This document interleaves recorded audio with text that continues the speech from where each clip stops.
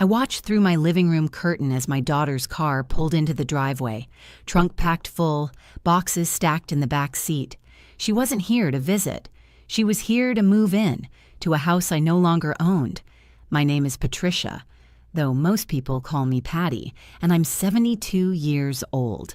Right now, I'm sitting in my new apartment 3 states away, about to tell you how my own daughter tried to steal everything from me and how I made sure she got exactly what she deserved. So before we get into this, let me ask, where are you watching from? Drop your state or country in the comments because this story is going to take you on a journey, and I want to know who's riding along with me. It started 6 months ago on what seemed like an ordinary Tuesday afternoon. Melissa showed up at my door unannounced, which wasn't unusual. What was unusual was the folder she carried and the way her husband Brandon waited in the car instead of coming in to say hello. My daughter had always been ambitious. Even as a little girl, she'd wanted the biggest piece of cake, the lead role in the school play, the most expensive prom dress. I'd raised her to reach for the stars, but somewhere along the way, she started reaching into other people's pockets. "Mom, we need to talk about your future," she said, settling onto my sofa without asking. The same sofa where I'd rocked her to sleep as a baby. The same living room where we'd celebrated every Christmas for 43 years, since my late husband and I had bought this house in 1982. "My future seems pretty set," I said, pouring her the chamomile tea she used to love. "I'm healthy, happy, and right where I want to be." She didn't touch the tea. Instead, she opened that folder and spread papers across my coffee table, like she was dealing cards, business plans, loan applications, property assessments. "You're too old-fashioned to understand what I'm trying to build," Melissa said, not even looking at me. "Brandon and I have an opportunity to start a boutique consulting firm, but we need capital. Real capital, not some small business loan with impossible terms." I looked at the papers. At the bottom of one, I saw my address. My home's estimated value, $875,000. The neighborhood had gotten expensive over the decades. What had cost us $89,000 in 1982 was now worth a small fortune, simply because I'd maintained it with love and care for over 40 years. "What exactly are you suggesting?" I asked, though my stomach already knew. "Sell the house, Mom. You don't need all this space. There are wonderful senior living communities, places where you'd have people your own age, activities, no maintenance to worry about." She finally looked at me, and her smile was so sweet it could have fooled anyone who didn't know her. "You could live comfortably on a portion of the sale, and the rest could help your daughter secure her future. Isn't that what mothers do?" That's when I should have shown her the door, but I didn't, because I wanted to see exactly how far she'd go. "Let me think about it," I told Melissa that day, watching her face light up like I'd already agreed. "Really? Mom, that's wonderful. I knew you'd understand once you heard me out." She gathered her papers quickly, as if I might change my mind. "I'll give you a week to process everything. We can meet with a real estate agent next Friday. I've already got someone in mind. She's excellent at getting top dollar for properties like yours." Of course she did. This wasn't a spontaneous idea. This was a plan, carefully constructed, just waiting for my approval. After she left, I sat in my kitchen for an hour, staring at the walls my husband had painted periwinkle blue because I'd loved that color. Robert had been gone for 8 years, and not a day passed that I didn't miss him. But right then, I was grateful he wasn't here to see what our daughter had become. The next few days, Melissa called constantly. "Just checking in, Mom. Have you thought more about our conversation?" She sent me links to senior living facilities, each one more depressing than the last. Shared rooms, scheduled meal times, activities like bingo and chair yoga, as if turning 70 meant turning off your brain. I'm 72, not dead. I still drive. I still garden. I still volunteer at the library every Wednesday. I still have friends, hobbies, a life. But to Melissa, I was just an inconvenient obstacle between her and nearly $1 million. On Thursday, she came by again, this time with Brandon. He'd always been quiet, the kind of man who let his wife do the talking. But that afternoon, he walked through my house like he was appraising merchandise, commenting on the hardwood floors, the updated kitchen, the large backyard. "Prime real estate," he said to Melissa, not to me. "We could probably get even more than the estimate if we time it right. Spring market's coming up." They talked about my home, my life, like I wasn't standing right there. "Mom, I brought some brochures," Melissa said, handing me glossy pamphlets for places called Sunset Gardens and Golden Years Manor, names that tried to make aging sound peaceful instead of what it really was, living. I took the brochures. I smiled. I played the part of the confused old woman who needed her daughter's guidance. And all the while, I was paying attention, taking mental notes, watching them watch me. That night, I couldn't sleep. I kept replaying the conversation, the way Melissa had said, "your future," like she was the one who got to decide it. Around 2 a.m, I got out of bed and did something I'm not proud of, something that would change everything. Melissa had left her phone on my counter while she used the bathroom earlier. When she'd come back, she'd been rushing to leave, and I'd noticed it sitting there. What I hadn't mentioned was that I'd seen her passcode months ago when she was showing me photos of her vacation. 4 simple numbers, 0815, her birthday. I knew her email password too. She'd asked me to print something from her account once, and I'd watched her type it in. I shouldn't have logged into Melissa's email. I know that. Privacy matters, even between mothers and daughters. But something in my gut told me that if I didn't look, I'd regret it for the rest of my life. It took me 20 minutes to figure out how to access email from my laptop.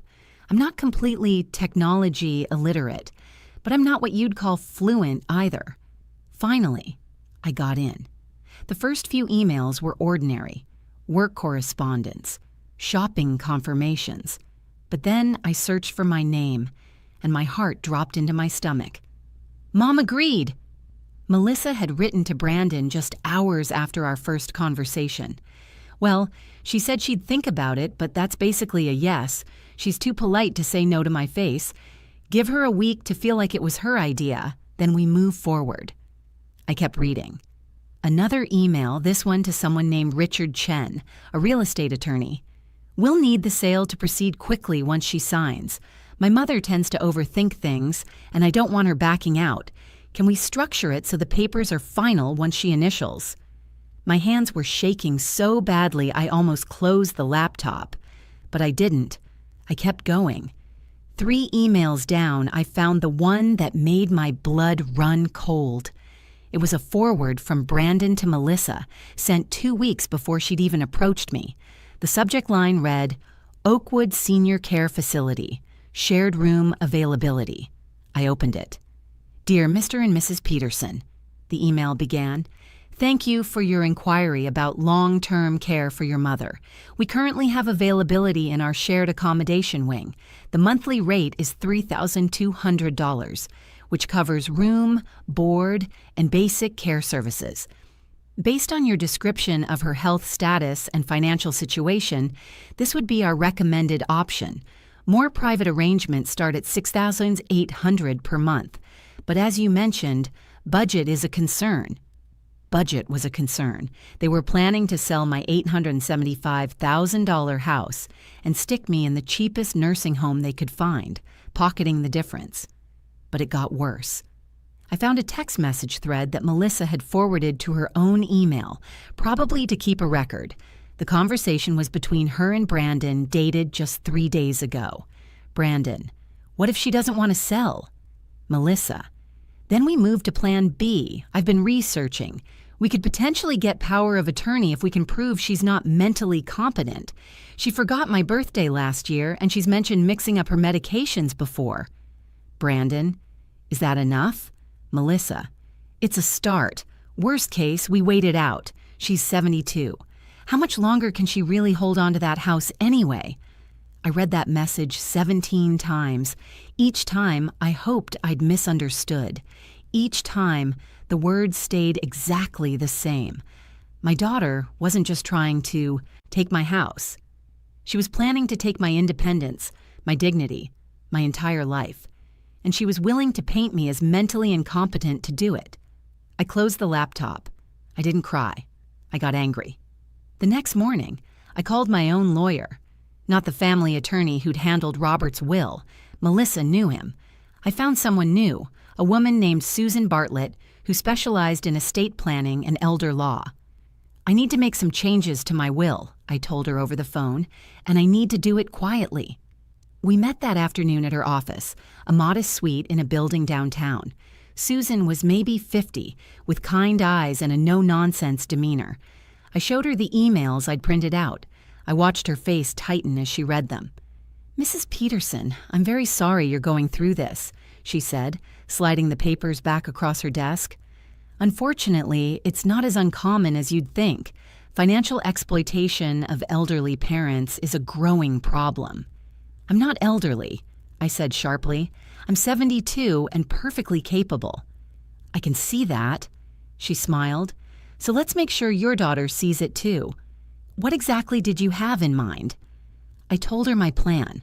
As I spoke, her smile grew wider. Over the next 2 weeks, I played the perfect part. When Melissa called, I sounded uncertain, confused, asking the same questions multiple times. "Now, which facility did you say had the garden?" I'd ask, even though she'd told me 3 times. I wanted her confident, overconfident. I met with her real estate agent friend, a sharply dressed woman named Amanda, who talked too fast and smiled too much.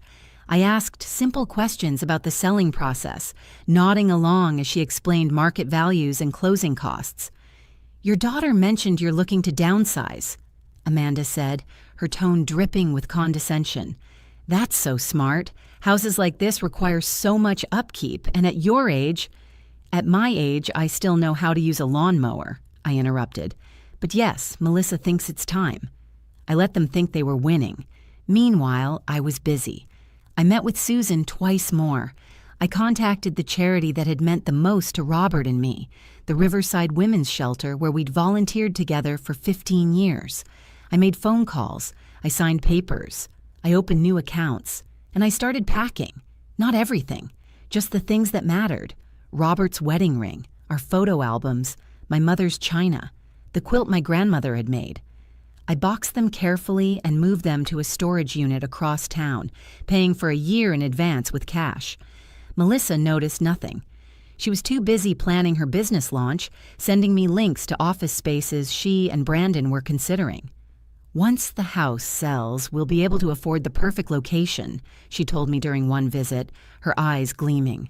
"Right downtown, glass walls, modern furniture, nothing old-fashioned." That word again. Old-fashioned. Like it was an insult. Like the values I'd tried to teach her, honesty, integrity, respect, were outdated concepts that didn't matter anymore. "That sounds lovely, dear," I said, pouring her tea she wouldn't drink. "I knew you'd come around, Mom." She patted my hand like I was a child. "You're doing the right thing. Dad would be proud of you for helping family." Robert would have been horrified, but I didn't say that. I just smiled and counted down the days. The signing was scheduled for a Friday. Amanda had drawn up the listing papers, and Melissa had arranged everything so efficiently it made my skin crawl. We were meeting at the real estate office at 10 in the morning. I arrived 15 minutes early, wearing the same floral dress I'd worn to Robert's funeral. Melissa probably thought I was being sentimental. Really, I was reminding myself what was at stake, honoring the life Robert and I had built, the home we'd made, the future we'd planned. Melissa came in exactly on time, Brandon trailing behind her like always. Amanda was already there, papers spread across the conference table, sticky tabs marking everywhere I needed to sign. "Mom, you look nice," Melissa said, kissing my cheek. The affection felt like sandpaper. "Are you ready for this new chapter?" "I've been thinking a lot about new chapters," I said, "about endings and beginnings." "That's the spirit," Amanda jumped in, sliding the first document toward me. "Now, if you'll just initial here, here, and sign at the bottom." I picked up the pen, held it over the paper, watched Melissa lean forward, barely breathing. Then I set the pen down. "Actually, I can't sign this," I said calmly. The room went silent. Melissa's smile froze. What do you mean you can't sign it? Mom, we've been over this 100 times. You agreed. I said I'd think about it, I did, and I've made my decision. I stood up, straightening my dress. I'm not selling my house, not to fund your business. Not now, not ever. Melissa's face went red. Are you serious right now? After everything we've planned? After I've already put deposits down on office space? That sounds like poor financial planning on your part. Brandon finally spoke up. Mrs. Peterson, be reasonable. You don't need that big house. You're alone there. Melissa's just trying to help you. Help me into a $3,200 a month shared room at Oakwood while you pocket the rest? I asked quietly. The color drained from both their faces. How did you... Melissa started. How did I know about your plans? About the emails? The texts discussing my supposed mental incompetence? I picked up my purse. I'm 72, Melissa. Not stupid. And definitely not old-fashioned enough to let my own daughter rob me blind. Mom, you went through my emails. That's a violation of my privacy. The audacity almost made me laugh. And you were planning to declare me mentally unfit to steal my home. I think we're even. Amanda cleared her throat awkwardly. Perhaps we should reschedule when everyone's had time to cool down. There won't be a rescheduling, I said. Ms. Chen, I appreciate your time, but your services won't be needed. I walked toward the door. Melissa grabbed my arm. You're making a huge mistake. When you're alone in that house, unable to take care of yourself, don't come crying to me. I looked at her hand on my arm, then at her face. Melissa, I'd rather die alone in my home than live one day under your care. I left them standing there, and I didn't look back. But I wasn't done. Not even close. The real work began that weekend. On Saturday morning, I met with Susan again, this time at her office with a notary present. Are you absolutely certain about this? Susan asked me one final time. Once these papers are signed, there's no undoing it. I've never been more certain of anything in my life, I told her. I signed the deed transfer. My house, all $875,000 worth of it, no longer belonged to me. It now belonged to the Riverside Women's Shelter, the charity Robert and I had supported for years, the same shelter that had helped dozens of women escape abuse, find jobs, rebuild their lives. The agreement was simple. I could live in the house for as long as I wanted. When I either moved out or passed away, the property would be sold and the proceeds would go to the shelter. Not a penny would go to Melissa. Your daughter could potentially contest this, Susan warned. Let her try. I signed my updated will next, the one that left Melissa exactly $1 and a letter explaining why. Everything else, my savings, my retirement accounts, my personal belongings, would be split between 3 charities and 2 cousins who'd actually stayed in touch over the years. Then came the part that made me feel both guilty and gleeful. I was moving. I'd found a beautiful apartment in Portland, Oregon, 3 states away. A friend from my library volunteer group had moved there 2 years ago and had been begging me to visit. When I called her and explained the situation, she'd helped me find a place within a week. A sunny 2-bedroom with a balcony overlooking the river in a building full of active seniors who organize book clubs and hiking trips. When do you want to list your house? The property manager from the shelter had asked. Not yet, I'd said. I need about 2 weeks to finish moving. After that, you can do whatever you'd like with it. Those 2 weeks were a blur. I hired movers I paid in cash, people Melissa didn't know. They came on a Tuesday when she was at work, packing up 43 years of memories in 8 hours. I kept my cell phone off so she couldn't reach me. I wanted radio silence. My neighbor, Frank, watched the whole thing from his porch. He'd known me since the 1980s, had attended Robert's funeral, had seen Melissa grow up. Everything okay, Patty? He asked as the movers loaded the truck. Everything's perfect, Frank. I'm going on an adventure. What? Should I tell that daughter of yours when she comes looking? Tell her the truth, I said. Tell her I'm gone. I left on a Thursday morning, driving my old Honda Civic with my cat, Whiskers, meowing in his carrier on the passenger seat. I didn't leave a note. I didn't say goodbye. I just left the house keys on the kitchen counter with a copy of the deed transfer and a simple note. The house is no longer mine to sell. Good luck with your business. I drove for 3 days, stopping at motels, eating at diners, feeling lighter with every mile I put between myself and that life. I didn't tell Melissa where I was going, but I made sure she'd find out eventually. I'd been in Portland for exactly 3 weeks when Melissa finally tracked down my new number. I don't know how she got it. Probably called every relative until someone gave in.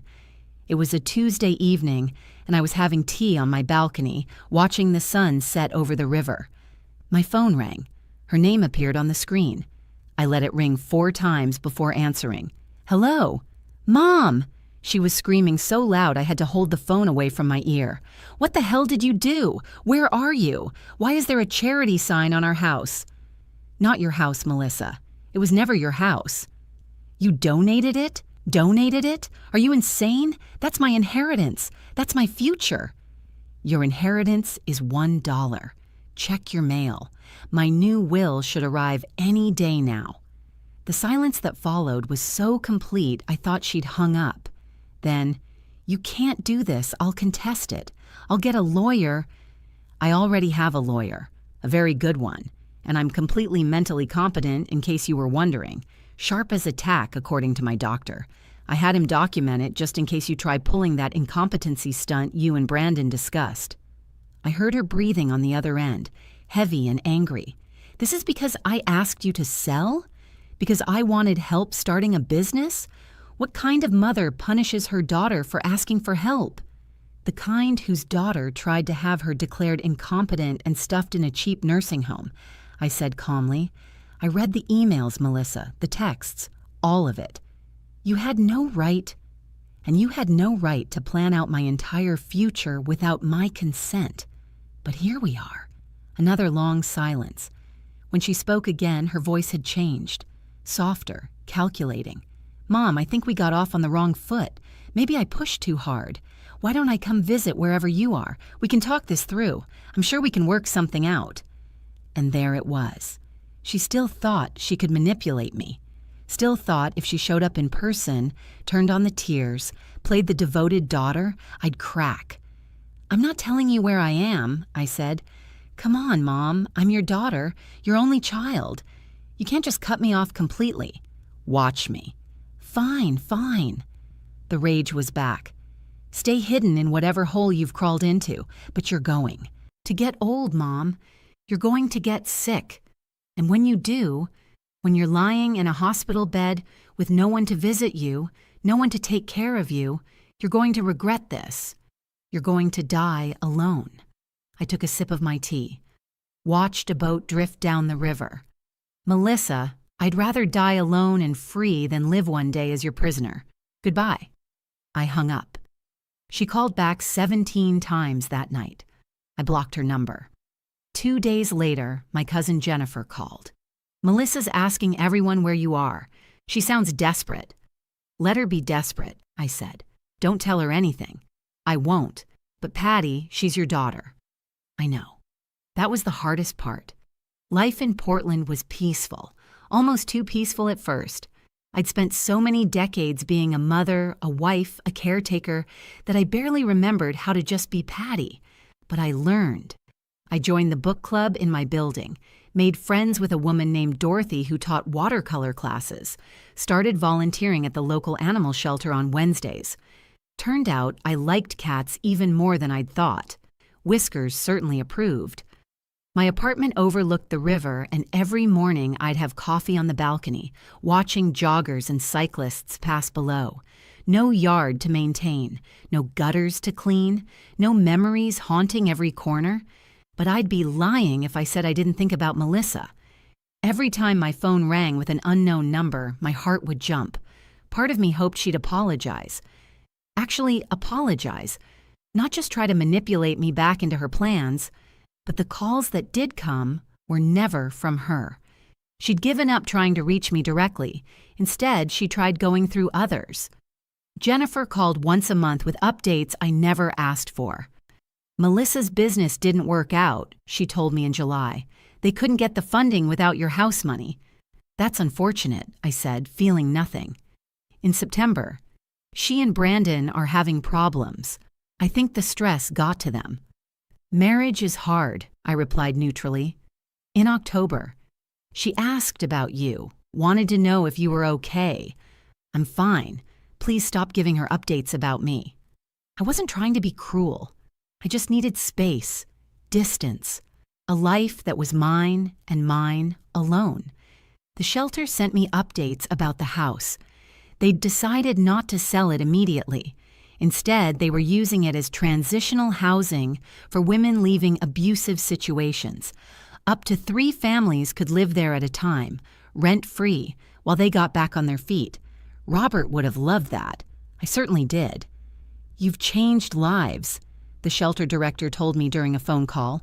We've already helped 4 families because of your generosity. That meant more than Melissa's business ever could have. By November, I'd settled into a routine. Monday mornings were for the farmers market, Wednesdays at the animal shelter, Friday nights. Our building had potluck dinners. Weekends were for whatever struck my fancy, hiking, painting, reading, or just sitting on my balcony with whiskers purring in my lap. I was happy, genuinely, surprisingly happy. And then, on a cold Tuesday in early December, Jennifer called with an edge in her voice. Patty, I think you should know, Melissa found out where you are. My stomach dropped. How? I don't know. Maybe she hired someone. Maybe she saw something on social media. Did you post any photos? I thought back. Dorothy had taken a picture of our book club last week and posted it, tagging everyone. The location was visible. The building name was in the background. Damn it, I whispered. She's talking about driving out there. She kept saying you need to face reality and that she deserves to see you. When? I don't know. Soon, maybe? Patty, I'm sorry. I tried to. It's not your fault, I said. Thanks for the warning. After I hung up, I sat very still thinking. Then I started to smile. If Melissa wanted to see me, she could. I'd be ready. She arrived on a Saturday morning exactly 1 week after Jennifer's warning. I was ready. I'd spent that week preparing. Not hiding, not running, preparing. I'd invited 2 witnesses, my lawyer Susan, who'd flown in from home, and Dorothy from my building, who was sharp as a tack and had volunteered to help. I'd also done one more thing that Melissa would never expect. I was sitting in my living room when the buzzer rang. Dorothy answered it. Yes? I'm here to see Patricia Peterson. I'm her daughter.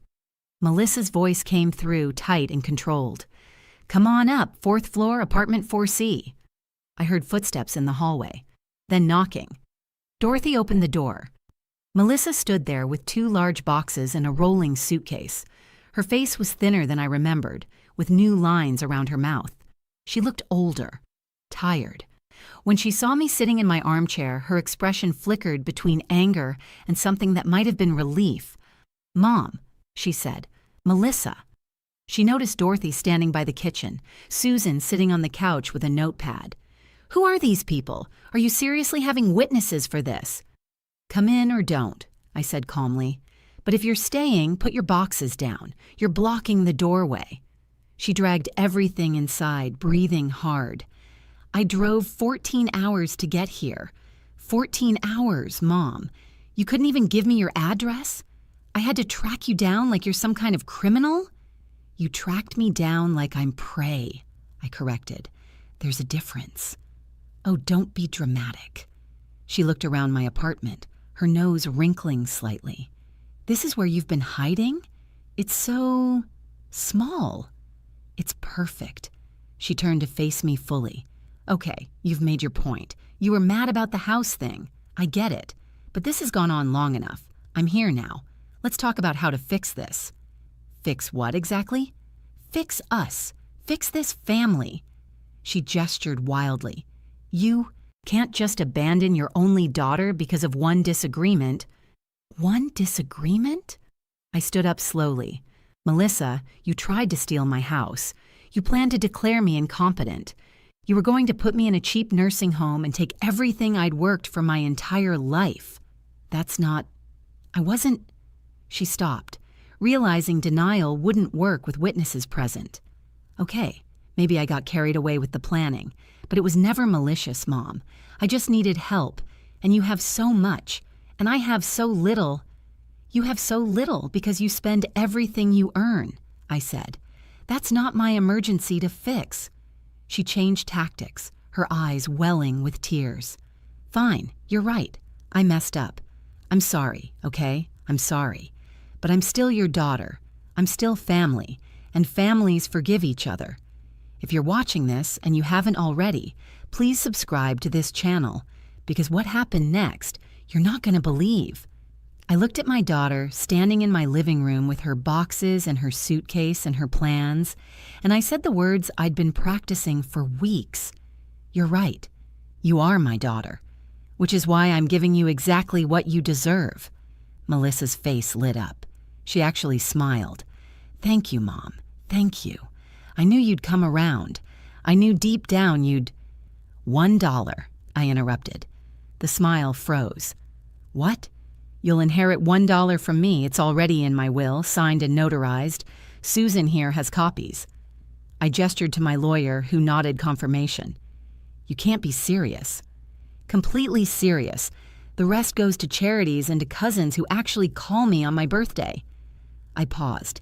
The house you wanted so badly? It's providing free housing to abuse survivors. 4 families so far. Real people with real problems, not fake emergencies manufactured to guilt your mother. I drove 14 hours.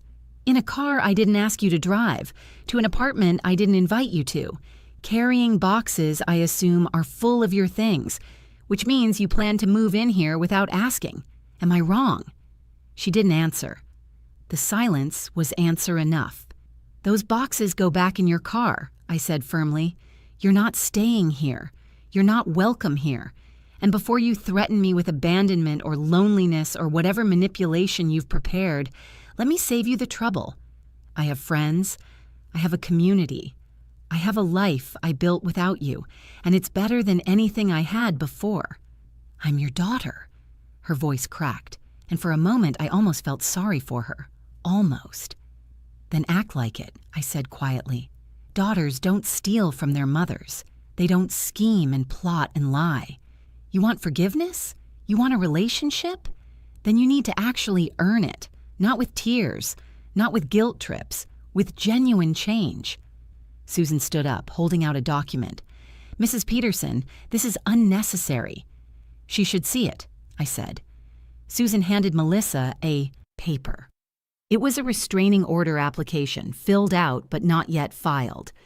If you contact me again without my explicit permission, this gets filed, I told her. If you show up at my home again uninvited, it gets filed.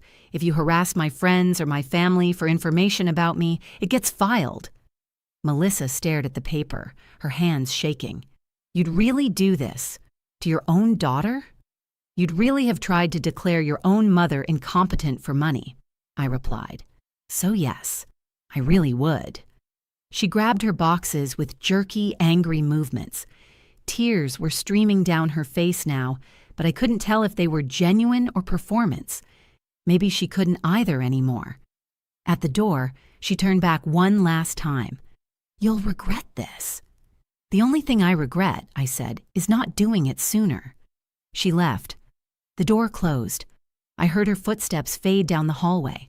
Dorothy came and sat beside me, putting a gentle hand on my shoulder.